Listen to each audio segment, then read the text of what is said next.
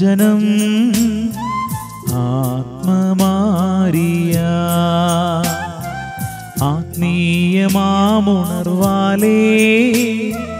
ദീപ്തമാക്കണേ. വചനം മഴയായി പെയ്യും, കൃപതൻ നിറവായൊഴുകും, വിടുതൽ നൽകുന്ന വചനം, അറിവിൻ്റെ പൊരുളാകും വചനം, സൗഖ്യമാ ജീവന. ആത്മീയ ഉണർവ്. പിതാവിൻ്റെയും പുത്രൻ്റെയും പരിശുദ്ധാത്മാവിൻ്റെയും നാമത്തിൽ ആമേൻ. കാരുണ്യവാനായ കർത്താവേ, ഈ വചന ശുശ്രൂഷയുടെ ഭാഗമായ ഞങ്ങൾ ഓരോരുത്തരെയും അങ്ങയുടെ തിരുഹൃദയത്തിലേക്ക് ചേർത്ത് വയ്ക്കുന്നു. ഈ നിമിഷം തന്നെ അങ്ങയുടെ പരിശുദ്ധാത്മാവിനെ ഞങ്ങളിലേക്ക് വർഷിക്കണമേ. ജോയൽ പ്രവചനം 2-ാം അധ്യായം 28-ാം തിരുവചനം ഞങ്ങൾ ഓർമ്മിക്കുന്നു. എല്ലാവരുടെയും മേൽ ഞാൻ എൻ്റെ ആത്മാവിനെ വർഷിക്കും. അങ്ങയുടെ ആത്മാവിൻ്റെ വലിയ അനുഗ്രഹവും അഭിഷേകവും ഈ നിമിഷങ്ങളിൽ ഞങ്ങൾക്കും ഞങ്ങളുടെ കുടുംബങ്ങൾക്കും നൽകണമേ. ഞങ്ങളുടെ കഷ്ടതകളിലും ദുഃഖങ്ങളിലും എന്നും അങ്ങയുടെ കരം പിടിച്ച് ജീവിക്കുവാൻ, അങ്ങയുടെ മുഖത്ത് നോക്കി ആത്മവിശ്വാസത്തോടെ ജീവിക്കുവാൻ ഞങ്ങളെ പഠിപ്പിക്കണമേ. അങ്ങയുടെ സ്വരം ശ്രവിക്കാനായി പ്രത്യേകം ഈ നിമിഷങ്ങളിൽ ഞങ്ങളുടെ ഹൃദയങ്ങളെ ഒരുക്കണമേ. പരിശുദ്ധ അമ്മേ, ഞങ്ങൾക്ക് വേണ്ടി പ്രാർത്ഥിക്കണമേ. ആമേൻ. പ്രിയമുള്ളവരെ, ലൂക്കാ സുവിശേഷത്തിൻ്റെ 1-ാം അധ്യായം 5 മുതലുള്ള തിരുവചന ഭാഗം നമുക്ക് ശ്രവിക്കാം. ഹെറോദേസ് യൂദയ രാജാവായിരുന്ന കാലത്ത് അബിയായുടെ ഗണത്തിൽ സഖറിയ എന്ന ഒരു പുരോഹിതൻ ഉണ്ടായിരുന്നു. അഹറോന്റെ പുത്രിമാരിൽപ്പെട്ട എലിസബത്ത് ആയിരുന്നു അവൻ്റെ ഭാര്യ. അവർ ദൈവത്തിൻ്റെ മുൻപിൽ നീതിനിഷ്ഠരും കർത്താവിൻ്റെ കൽപ്പനകളും പ്രമാണങ്ങളും കുറ്റമറ്റ വിധം അനുസരിക്കുന്നവരുമായിരുന്നു. അവർക്ക് മക്കളുണ്ടായിരുന്നില്ല. എലിസബത്ത് വന്ധ്യയായിരുന്നു. ഇരുവരും പ്രായം കവിഞ്ഞവരുമായിരുന്നു. തൻ്റെ ഗണത്തിന് നിശ്ചയിക്കപ്പെട്ടിരുന്ന ക്രമമനുസരിച്ച് ദൈവസന്നിധിയിൽ ശുശ്രൂഷ നടത്തി വരവേ പൗരോഹിത്യ വിധിപ്രകാരം കർത്താവിൻ്റെ ആലയത്തിൽ പ്രവേശിച്ച് ധൂപം സമർപ്പിക്കാൻ സഖറിയായ്ക്ക് കുറിവീണു. ധൂപാർപ്പണ സമയത്ത് സമൂഹം മുഴുവൻ വെളിയിൽ പ്രാർത്ഥിച്ചുകൊണ്ടിരുന്നു. അപ്പോൾ കർത്താവിൻ്റെ ദൂതൻ ധൂപപീഠത്തിൻ്റെ വലതുവശത്ത് നിൽക്കുന്നതായി അവന് പ്രത്യക്ഷപ്പെട്ടു. അവനെ കണ്ട് സഖറിയ അസ്വസ്ഥനാവുകയും ഭയപ്പെടുകയും ചെയ്തു. ദൂതൻ അവനോട് പറഞ്ഞു, സഖറിയ, ഭയപ്പെടേണ്ട, നിന്റെ പ്രാർത്ഥന കേട്ടിരിക്കുന്നു. നിന്റെ ഭാര്യ എലിസബത്തിൽ നിനക്ക് ഒരു പുത്രൻ ജനിക്കും. നീ അവന് യോഹന്നാൻ എന്ന് പേരിടണം. നിനക്ക് ആനന്ദവും സന്തുഷ്ടിയും ഉണ്ടാകും. അനേകർ അവൻ്റെ ജനനത്തിൽ ആഹ്ലാദിക്കുകയും ചെയ്യും. കർത്താവിൻ്റെ സന്നിധിയിൽ അവൻ വലിയവനായിരിക്കും. വീഞ്ഞോ മറ്റു ലഹരി പാനീയങ്ങളോ അവൻ കുടിക്കുകയില്ല. അമ്മയുടെ ഉദരത്തിൽ വച്ച് തന്നെ അവൻ പരിശുദ്ധാത്മാവിനാൽ നിറയും. ഇസ്രായേൽ മക്കളിൽ വളരെ പേരെ അവരുടെ ദൈവമായ കർത്താവിലേക്ക് അവൻ തിരികെ കൊണ്ടുവരും. പ്രിയമുള്ളവരെ, ഈ വചനഭാഗം ഒരുപാട് തവണ നമ്മൾ ധ്യാനിച്ചിട്ടുള്ളതാണ്. പക്ഷേ ചില പുതിയ ഉൾക്കാഴ്ചകൾ ഒരുപക്ഷേ ഇതിന് നമ്മിലേക്ക് നൽകാൻ കഴിയും. സഖറിയായെയും എലിസബത്തിനെയും കുറിച്ചാണല്ലോ വചനം നമ്മോട് പങ്കുവയ്ക്കുക. മക്കളില്ലാത്ത ദമ്പതികൾ. പക്ഷേ അവർ ദൈവസന്നിധിയിൽ എപ്രകാരം ജീവിച്ചുവെന്ന് കൃത്യമായി ഇവിടെ കുറിക്കപ്പെട്ടിട്ടുണ്ട്. 6-ാം തിരുവചനം, അവർ ദൈവത്തിൻ്റെ മുൻപിൽ നീതിനിഷ്ഠരും കർത്താവിൻ്റെ കൽപ്പനകളും പ്രമാണങ്ങളും കുറ്റമറ്റ വിധം അനുസരിക്കുന്നവരുമായിരുന്നു. നോക്കുക, ഇത്ര വലിയ ഒരു ദുഃഖം ജീവിതത്തിൽ നിലനിൽക്കുമ്പോഴും എത്ര മനോഹരമായി, എത്ര വിശ്വസ്തയോടു കൂടിയാണ് അവർ ദൈവവേല, ദൈവ ശുശ്രൂഷ ചെയ്യുന്നത്. ഒരുപക്ഷെ നമ്മുടെ ജീവിതത്തിലേക്ക് നാം പകർത്തിയെടുക്കേണ്ട ഏറ്റവും വലിയ ഒരു പാഠം ഇതാണ്. ജീവിതത്തിൽ കഷ്ടതകൾ ഉണ്ടാകാം, ബലഹീനതകളും കുറവുകളും ഉണ്ടാകാം. ഒരുപക്ഷെ നമ്മൾ കടന്നു പോകുന്ന വലിയ പ്രതിസന്ധികളുണ്ട്. അതിനെല്ലാം ഇടയിൽ നിന്ന് തമ്പുരാന്റെ കരം പിടിച്ച് യാത്ര ചെയ്യാൻ, ഈശോയെ മുറുകെ പിടിച്ച് മുൻപോട്ട് പോകാൻ നമുക്ക് കഴിയുന്നുണ്ടോ എന്ന് ചിന്തിക്കണം. പഴയ നിയമത്തിൽ പ്രഭാഷകന്റെ പുസ്തകം 7-ാം അധ്യായം ഇപ്രകാരം പറയും: പ്രാർത്ഥനയിൽ മടുപ്പ് തോന്നരുത്. ദൈവസന്നിധിയിലേക്ക് കടന്നു വരുമ്പോൾ നമ്മുടെ ഉള്ളിൽ ഒരുപാട് നിയോഗങ്ങൾ ഉണ്ടാകും. നമ്മളെല്ലാം വചനം ശ്രവിക്കുന്നവരാണ്, പല ധ്യാനങ്ങൾക്കും കടന്നു ചെല്ലുന്നവരാണ്. സ്നേഹമുള്ളവരെ, അങ്ങനെ ചെല്ലുമ്പോൾ നമ്മുടെ ഉള്ളിൽ ഒരുപാട് നിയോഗങ്ങളുമായാണ് നാം തമ്പുരാനെ സമീപിക്കുക. ചിലപ്പോഴൊക്കെ അവയ്ക്ക് ഉത്തരം ലഭിക്കാതെ വരുമ്പോൾ നമ്മൾ നിരാശപ്പെടും. ദൈവം എന്നെ കേൾക്കുന്നില്ലെന്ന് പരാതിപ്പെടും. പക്ഷേ അങ്ങനെയല്ല. ദൈവം ഇടപെടുന്ന ഒരു സമയം, ദൈവം നമ്മെ തൊടുന്ന ഒരു നിമിഷം അതുണ്ടാകുമെന്ന് ഇങ്ങനെയുള്ള വ്യക്തികളുടെ ജീവിതത്തിലൂടെ വിശുദ്ധ ഗ്രന്ഥം നമ്മെ ഓർമ്മിപ്പിക്കുകയാണ്. നോക്കുക, എത്ര കൃത്യമായിട്ടാണ് ഇവിടെ പറയുന്നത്. അവർക്ക് മക്കളുണ്ടായിരുന്നില്ല, എലിസബത്ത് വന്ധ്യയായിരുന്നു, ഇരുവരും പ്രായം കവിഞ്ഞവരുമായിരുന്നു. ഈ പ്രായം കവിഞ്ഞു എന്നുള്ളത് മനുഷ്യരുടെ ചിന്തകളിലെ ഒരു മേഖലയാണ്. എന്നാൽ ദൈവത്തിന് അവർ ഒരിക്കലും പ്രായം കവിഞ്ഞവരല്ലായിരുന്നു. ദൈവം ഒരു നിമിഷം മുൻപേ വരാറില്ല. ദൈവം ഒരിക്കലും വൈകി വരാറില്ല. മറിച്ച് അവിടുന്ന് കൃത്യസമയത്ത്, കൃത്യനിമിഷത്ത് നമ്മുടെ ജീവിതങ്ങളിൽ, നമ്മുടെ കുടുംബങ്ങളിൽ ഇടപെടും. ആ ഒരു വിശ്വാസം നമ്മുടെ ഉള്ളിലുണ്ടാകണം.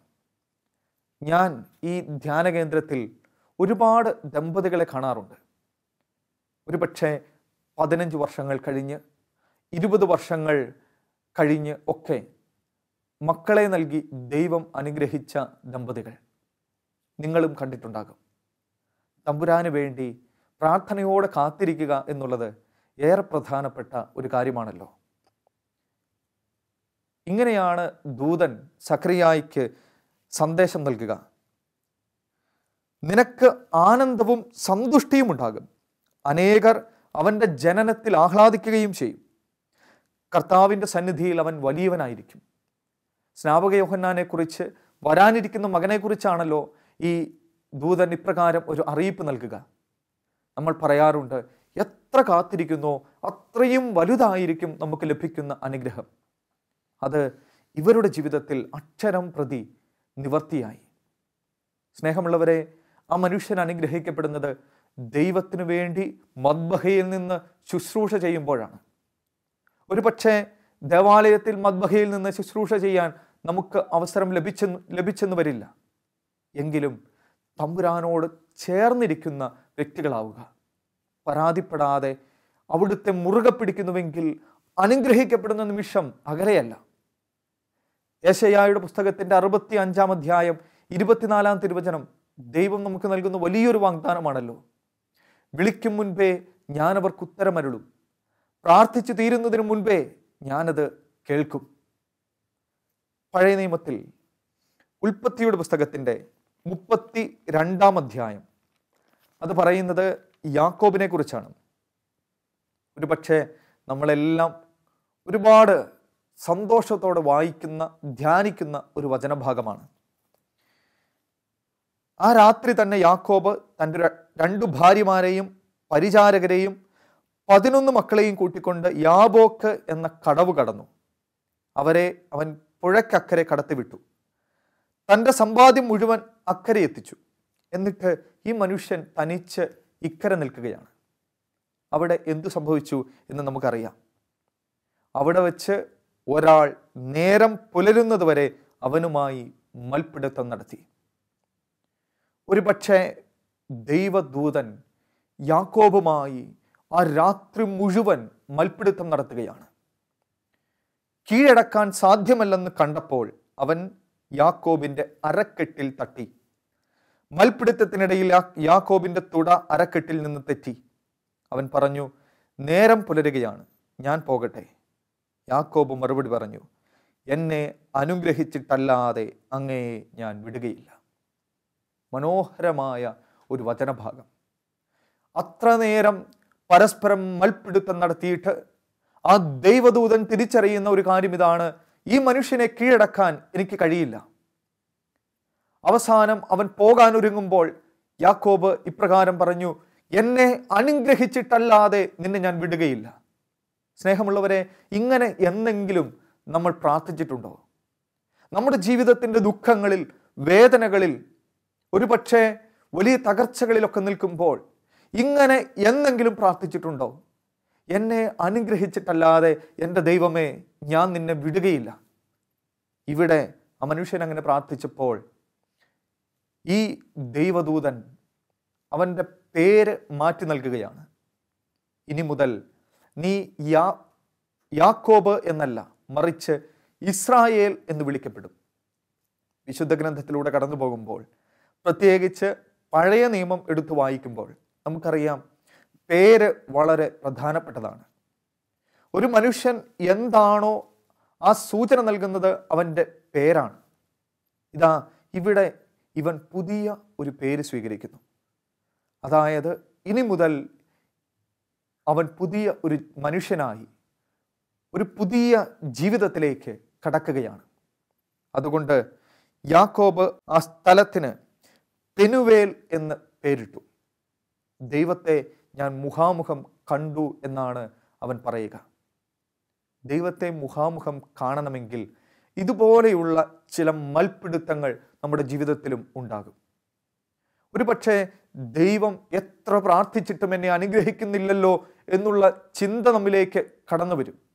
അപ്പോഴും തമ്പുരാനെ മുറുകെ പിടിക്കാൻ, എന്നെ അനുഗ്രഹിച്ചിട്ടല്ലാതെ നിന്നെ വിടില്ല എന്ന് പറയാൻ നമുക്ക് കഴിയണം.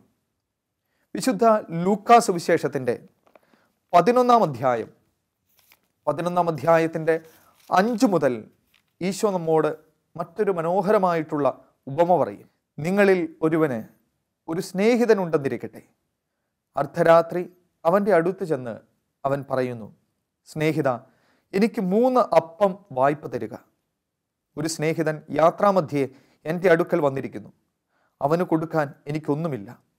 അപ്പോൾ അവൻ്റെ സ്നേഹിതൻ അകത്തുനിന്ന് മറുപടി പറയുന്നു, എന്നെ ഉപദ്രവിക്കരുത്, കഥ കടച്ചു കഴിഞ്ഞു, എൻ്റെ കുഞ്ഞുങ്ങളും എൻ്റെ കൂടെ കിടക്കയിലാണ്, എഴുന്നേറ്റ് നിനക്ക് ഒന്നും തരാൻ സാധിക്കുകയില്ല. ഞാൻ നിങ്ങളോട് പറയുന്നു, അവൻ സ്നേഹിതനാണ് എന്നതിൻ്റെ പേരിൽ അവന് ഒന്നും കൊടുക്കുകയില്ലെങ്കിൽ തന്നെ നിർബന്ധം നിമിത്തം എഴുന്നേറ്റ് അവന് വേണ്ടത് നൽകും. ഉറപ്പാണ്, നമുക്ക് വേണ്ടത് ദൈവം നൽകും. തുടർച്ചയായി പ്രാർത്ഥനയിൽ ദൈവസന്നിധിയിൽ നിൽക്കാൻ കഴിയുക എന്നുള്ളതാണ് അതിൻ്റെ പിന്നിലുള്ള രഹസ്യം. വിശുദ്ധ പൗലോസ്ലീഹ ഫിലിപ്പിയിലെ സഭയ്ക്ക് എഴുതിയ ലേഖനത്തിലൂടെ കടന്നു പോകുമ്പോൾ നാം ഇപ്രകാരം വായിക്കും. 4-ാം അധ്യായം 6-ാം തിരുവചനം, ഒന്നിനെക്കുറിച്ചും ആകുലരാകേണ്ട, പ്രാർത്ഥനയിലൂടെയും അപേക്ഷയിലൂടെയും കൃതജ്ഞതാസ്തോത്രങ്ങളോടെ നിങ്ങളുടെ യാചനകൾ ദൈവസന്നിധിയിൽ അർപ്പിക്കുവിൻ. ഈ വചനം കേൾക്കുന്ന നിങ്ങൾ ഓരോരുത്തരോടും തമ്പുരാൻ പറയുന്ന ഒരു പ്രധാനപ്പെട്ട കാര്യമാണത്. ഒന്നിനെക്കുറിച്ചും ആകുലരാകേണ്ട. പ്രിയമുള്ളവരെ, നിരന്തരം ദൈവസന്നിധിയിലായിരിക്കുക. തമ്പുരാൻ നമ്മെ അനുഗ്രഹിക്കുന്ന ഒരു നിമിഷം കടന്നു വരിക തന്നെ ചെയ്യും. കുറച്ച് നാളുകൾക്ക് മുൻപ് ഇവിടെ ഒരു മനുഷ്യൻ ധ്യാനത്തിനായി വന്നു. അദ്ദേഹം എന്നോട് പങ്കുവച്ച അനുഭവം ഇപ്രകാരമാണ്. എനിക്ക് കേട്ടപ്പോൾ അത്ഭുതം തോന്നി. അദ്ദേഹം പറഞ്ഞു, അച്ഛാ, 28 വർഷമായി ഞാൻ മദ്യപിക്കുന്ന ഒരു വ്യക്തിയായിരുന്നു. എന്നിട്ടും അദ്ദേഹം ആരോഗ്യത്തോടുകൂടി ഇരിക്കുന്നത് കണ്ടപ്പോൾ തന്നെ എനിക്ക് അത്ഭുതം തോന്നി. ഒരു പക്ഷേ ഈ മദ്യത്തിൻ്റെ സന്തോഷം, ലഹരി അനുഭവിക്കാൻ ശ്രമിക്കുമ്പോൾ എൻ്റെ ജീവിതത്തിൽ എനിക്ക് സംഭവിച്ച ഒരുപാട് നഷ്ടങ്ങളുണ്ട്. ഒരിക്കലും കുടുംബത്തിലും വ്യക്തി ജീവിതത്തിലും ഒന്നും ശരിയായ സമാധാനം അനുഭവിക്കാൻ, സന്തോഷം അനുഭവിക്കാൻ എനിക്ക് കഴിഞ്ഞിട്ടില്ല. അങ്ങനെ തകർന്ന ഒരവസ്ഥയിൽ നിൽക്കുമ്പോൾ, ഇതിൽ നിന്നും ഒന്ന് പുറത്തു കടക്കാൻ വഴി കാണാതെ ഞാൻ ക്ലേശിക്കുമ്പോൾ, താബോറിനെക്കുറിച്ച്, ഇവിടെ നടക്കുന്ന ധ്യാനങ്ങളെക്കുറിച്ചൊക്കെ എന്നോട് മറ്റു ചിലർ പറഞ്ഞു. അദ്ദേഹം പറഞ്ഞു, ഞാനിവിടെ വന്നു, ഒന്നിനു പുറകെ ഒന്നായി ധ്യാനങ്ങളിൽ പങ്കെടുത്തു. അവസാനം എനിക്ക് ഈ ഒരു ദുശീലത്തിൽ നിന്നും വിടുതൽ നൽകി ദൈവം അനുഗ്രഹിച്ചു. പക്ഷേ അതുകൊണ്ടും തീർന്നില്ല. 3 മാസങ്ങൾ കഴിഞ്ഞപ്പോൾ അദ്ദേഹം ഒരു പ്രത്യേക സാഹചര്യത്തിൽ വീണ്ടും മദ്യപാനത്തിലേക്ക് കടക്കും എന്നുള്ള ഒരു നിലയിലേക്ക് വന്നു. വലിയ പ്രലോഭനങ്ങളിലൂടെ കടന്നുപോയ നിമിഷങ്ങൾ. അദ്ദേഹം മദ്യപിക്കാനായി ആ ഗ്ലാസ് കരങ്ങളിലെടുത്തു. പറഞ്ഞത് ഇപ്രകാരമാണ്, ഉടനെ ബോധം നഷ്ടമായി അവിടെ വീഴുകയാണ്. ചുറ്റും നിന്നവർക്ക് എന്തു സംഭവിച്ചു എന്ന് മനസ്സിലായില്ല. ഇദ്ദേഹം നിലത്ത് വീണു. അവർ വന്ന് ഇദ്ദേഹത്തെ എഴുന്നേൽപ്പിച്ചു. പ്രിയമുള്ളവരെ, അന്ന് ആ മനുഷ്യന് മദ്യപിക്കാൻ കഴിഞ്ഞില്ല. അദ്ദേഹം പറഞ്ഞു, പിന്നീട് ഒരിക്കലും അത് ഞാൻ ചെയ്തിട്ടില്ല. ഇപ്പോൾ 1-2 വർഷങ്ങളായി അദ്ദേഹം മദ്യം കൈകൊണ്ട് തൊട്ടിട്ട്. ഇതുപോലെയാണ് ദൈവം നമ്മെ അനുഗ്രഹിക്കുക. അദ്ദേഹത്തിൻ്റെ ജീവിതത്തിൽ ആ അനുഗ്രഹം ലഭിച്ചത്, വലിയ വിടുതലിൻ്റെ അനുഭവം ലഭിച്ചത് 28 വർഷങ്ങൾക്ക് ശേഷമാണല്ലോ. ഒരുപക്ഷെ നമ്മളൊക്കെ ചില ദിവസങ്ങൾ പ്രാർത്ഥിക്കും, ചില ആഴ്ചകൾ തമ്പുരാൻ്റെ മുൻപിലിരിക്കും, ഒരുപക്ഷെ കുറേ അധികം മാസങ്ങൾ നമ്മുടെ നിയോഗങ്ങൾ ദൈവസന്നിധിയിലേക്ക് ഉയർത്തും. എന്നിട്ടും ഉത്തരം ലഭിക്കാതെ വരുമ്പോൾ ദൈവത്തിലുള്ള ആശ്രയബോധം നമുക്ക് നഷ്ടപ്പെടുന്നുണ്ടോ എന്ന് പരിശോധിക്കണം. പ്രിയമുള്ളവരെ, ഇവിടെ ഈ സുഹൃത്തുക്കളെക്കുറിച്ച് ഈശോ പ്രത്യേകമായി പറയുന്നുണ്ടല്ലോ. ഞാൻ നിങ്ങളോട് പറയുന്നു, അവൻ സ്നേഹിതനാണ് എന്നതിൻ്റെ പേരിൽ അവന് ഒന്നും കൊടുക്കുകയില്ലെങ്കിൽ തന്നെ നിർബന്ധം നിമിത്തം എഴുന്നേറ്റ് അവന് വേണ്ടത് നൽകും. ഈ ഒരു നിർബന്ധ ബുദ്ധി അത് നമ്മുടെ ആത്മീയ ജീവിതത്തിൽ ഏറ്റവും പ്രധാനപ്പെട്ട ഒരു കാര്യമാണ്. ഈ നിർബന്ധ ബുദ്ധി ഉള്ളവർക്കേ ദൈവം അനുഗ്രഹം നൽകൂ. കാരണം തമ്പുരാൻ പലപ്പോഴും നമ്മെ ചില കഷ്ടതകളിലൂടെ, ചില പരീക്ഷണ നിമിഷങ്ങളിലൂടെ ഒക്കെ കടത്തിവിടും. അവസാനം വരെ സഹിച്ചു നിൽക്കുന്നവൻ രക്ഷ പ്രാപിക്കും എന്ന് വചനം പറയുന്നുണ്ട്. മത്തായി അറിയിച്ച സുവിശേഷത്തിൻ്റെ 24-ാം അധ്യായം 13-ാം തിരുവചനം. അവസാനം വരെ സഹിച്ചു നിൽക്കുന്നവൻ രക്ഷ പ്രാപിക്കും. അതിന് നീയും നിന്റെ കുടുംബവും തയ്യാറാണോ എന്ന് ഈ നിമിഷം ഒന്ന് പരിശോധിക്കുക. 9 മുതലുള്ള തിരുവചനങ്ങൾ ഇങ്ങനെയാണ് പറയുക. ഞാൻ നിങ്ങളോട് പറയുന്നു, ചോദിക്കുവിൻ നിങ്ങൾക്ക് ലഭിക്കും, അന്വേഷിക്കുവിൻ നിങ്ങൾ കണ്ടെത്തും, മുട്ടുവിൻ നിങ്ങൾക്ക് തുറന്നു കിട്ടും. എന്തെന്നാൽ ചോദിക്കുന്ന ഏവനും ലഭിക്കുന്നു, അന്വേഷിക്കുന്നവൻ കണ്ടെത്തുന്നു, മുട്ടുന്നവന് തുറന്നു കിട്ടുകയും ചെയ്യുന്നു. നിങ്ങളിൽ ഏതൊരു പിതാവാണ് മകൻ മീൻ ചോദിച്ചാൽ പകരം പാമ്പിനെ കൊടുക്കുക, മുട്ട ചോദിച്ചാൽ പകരം തേളിനെ കൊടുക്കുക? മക്കൾക്ക് നല്ല ദാനങ്ങൾ നൽകാൻ ദുഷ്ടരായ നിങ്ങൾക്കറിയാമെങ്കിൽ സ്വർഗസ്ഥനായ പിതാവ് തന്നോട് ചോദിക്കുന്നവർക്ക് എത്രയധികമായി പരിശുദ്ധാത്മാവിനെ നൽകുകയില്ല. പ്രിയമുള്ളവരെ, പരിശുദ്ധാത്മാവിൻ്റെ അഭിഷേകം നൽകും എന്നാണ് ഈശോ വാഗ്ദാനം നൽകുക. ദൈവത്തിന് നമ്മുടെ ജീവിതത്തിന് ഏറ്റവും യോജിച്ചതെന്തെന്ന് കൃത്യമായി അറിയാം. ചോദിക്കുന്നവർക്ക് അവിടുന്ന് അത് നൽകും എന്ന് തന്നെയാണ് ഈശോ ഓർമ്മിപ്പിക്കുക. വീണ്ടും വിശുദ്ധ മത്തായി അറിയിച്ച സുവിശേഷത്തിൻ്റെ 15-ാം അധ്യായത്തിൽ വളരെ മനോഹരമായ മറ്റൊരു ഉപമ അവിടുന്ന് ഇതിനോട് ചേർത്ത് വെച്ച് പറയുന്നുണ്ട്. മത്തായി അറിയിച്ച സുവിശേഷം 15-ാം അധ്യായം 21 മുതലുള്ള വചനഭാഗം. അതിൻ്റെ തലക്കെട്ട് തന്നെ കാനാൻകാരിയുടെ വിശ്വാസമെന്നാണ്. യേശു അവിടെ നിന്ന് പുറപ്പെട്ട് ടൈർ, സീദോൻ എന്നീ പ്രദേശങ്ങളിലെത്തി. അപ്പോൾ ആ പ്രദേശത്ത് നിന്ന് ഒരു കാനാൻകാരി വന്ന് കരഞ്ഞപേക്ഷിച്ചു, കർത്താവേ, ദാവീദിൻ്റെ പുത്ര, എന്നിൽ കനിയണമേ, എൻ്റെ മകളെ പിശാച് ക്രൂരമായി ബാധിച്ചിരിക്കുന്നു. എന്നാൽ അവൻ ഒരു വാക്കുപോലും ഉത്തരം പറഞ്ഞില്ല. നോക്കുക, കൃത്യമായിട്ട് അവിടെ കുറിക്കുന്നുണ്ട്, യേശു ഒരു വാക്കുപോലും ഉത്തരം പറഞ്ഞില്ല. ഇത് നമ്മുടെയൊക്കെ ജീവിതത്തിലെ അനുഭവമല്ലേ പ്രിയമുള്ളവരെ? മണിക്കൂറുകളിരുന്ന് പ്രാർത്ഥിച്ചിട്ട്, പലയിടങ്ങളിലും പോയി ധ്യാനിച്ചിട്ട് അവൻ ഒരു വാക്കുപോലും പറയാത്ത ചില നിമിഷങ്ങൾ. അതാണ് ഇവിടെയും സംഭവിക്കുന്നത്. ഇത് കണ്ടു നിൽക്കുന്ന ശിഷ്യന്മാർ അസ്വസ്ഥരാകുന്നുണ്ട്. അവർ ഈശോയോട് ഒരു നിർദ്ദേശം പറയുകയാണ്, അവളെ പറഞ്ഞയക്കുക. അവൾ നമ്മുടെ പിന്നാലെ വന്ന് നിലവിളിക്കുന്നുവല്ലോ, നിനക്ക് അനുഗ്രഹം നൽകാൻ, അവൾക്ക് കൃപ നൽകാൻ ഒരു ഉദ്ദേശമില്ലെങ്കിൽ അവളെ പറഞ്ഞയക്കണം. ഈശോ ഉടനെ പറഞ്ഞു, ഇസ്രായേൽ ഭവനത്തിലെ നഷ്ടപ്പെട്ട ആടുകളുടെ അടുത്തേക്ക് മാത്രമാണ് ഞാൻ അയക്കപ്പെട്ടിരിക്കുന്നത്. നമ്മൾ ചിലപ്പോൾ ആലോചിക്കാറുണ്ട്, ചിന്തിക്കാറുണ്ട്, യേശു എന്താണ് അങ്ങനെ ഒരു വ്യക്തിയോട് പറയുന്നത്? ഇസ്രായേൽ ഭവനത്തിലെ നഷ്ടപ്പെട്ട ആടുകളെ മാത്രമേ ഞാൻ രക്ഷിക്കുകയുള്ളൂ എന്ന് എന്തുകൊണ്ട് പറഞ്ഞു? ഞാൻ ചിന്തിക്കുക, യേശു അവൾക്ക് വേണ്ടി കാത്തു നിൽക്കുകയായിരുന്നു. താനും നഷ്ടപ്പെട്ടവളാണ് എന്ന് അവൾ ഒന്നുകൂടി ഒന്ന് ഏറ്റുപറയാൻ. നമ്മുടെയൊക്കെ ജീവിതത്തിൽ നമ്മൾ നഷ്ടപ്പെട്ടവരാണ്. ചില വലിയ കഷ്ടതകൾ സംഭവിച്ചിട്ടുണ്ട്, ചില വലിയ ബലഹീനതകളും കുറവുകളുമുണ്ട് എന്ന് ഈശോയോടെ ഏറ്റുപറയണം. പ്രിയമുള്ളവരെ, അങ്ങനെയുള്ളവരെയാണ് ദൈവം കൃപ ചൊരിഞ്ഞ് ഉയർത്തുക. ഇവിടെ ആ കാനാൻകാരി സ്ത്രീയുടെ ജീവിതത്തിലും അത് സംഭവിച്ചു. അവൻ പറഞ്ഞു, മക്കളുടെ അപ്പമെടുത്ത് നായ്ക്കൾക്ക് എറിഞ്ഞു കൊടുക്കുന്നത് ഉചിതമല്ല. അവൾ പറഞ്ഞു, അതേ കർത്താവേ, നായ്ക്കളും യജമാനന്മാരുടെ മേശയിൽ നിന്ന് വീഴുന്ന അപ്പക്കഷ്ണങ്ങൾ തിന്നുന്നുണ്ടല്ലോ.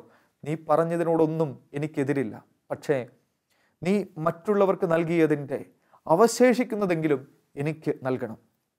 ഈശോ പറഞ്ഞത് ഇപ്രകാരമാണ്, സ്ത്രീയെ, നിന്റെ വിശ്വാസം വലുതാണ്, നീ ആഗ്രഹിക്കുന്നത് പോലെ നിനക്ക് ഭവിക്കട്ടെ. ഈ ഒരു വാക്ക്, ഈ ഒരു സ്വരം നമുക്കും കേൾക്കേണ്ടേ പ്രിയമുള്ളവരെ? നിന്റെ വിശ്വാസം വലുതാണ്, നീ ആഗ്രഹിക്കുന്നത് പോലെ നിനക്ക് ഭവിക്കട്ടെ. ഉറപ്പായും അത് കേൾക്കാൻ നമുക്ക് കഴിയും. ഈശോയുടെ പിന്നാലെ ചെല്ലണം. തമ്പുരാനെ നമ്മുടെ കഷ്ടതകളിലും നമ്മുടെ വേദനകളിലും ശുശ്രൂഷിക്കണം. സഖറിയ ചെയ്തതുപോലെ, എലിസബത്ത് ചെയ്തതുപോലെ.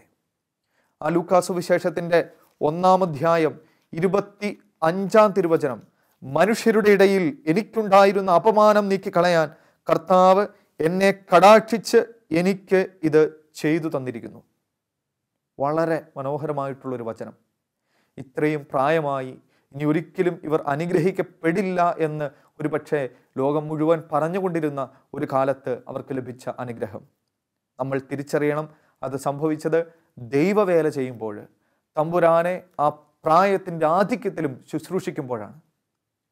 ഒരിക്കലും ദൈവം തൻ്റെ വാഗ്ദാനം നിറവേറ്റുന്നതിൽ കാലവിളംബം വരുത്തുകയില്ല എന്ന് പത്രോസ്ലീഹ തൻ്റെ 2-ാം ലേഖനത്തിൽ കുറിച്ചു വെക്കുന്നുണ്ട്.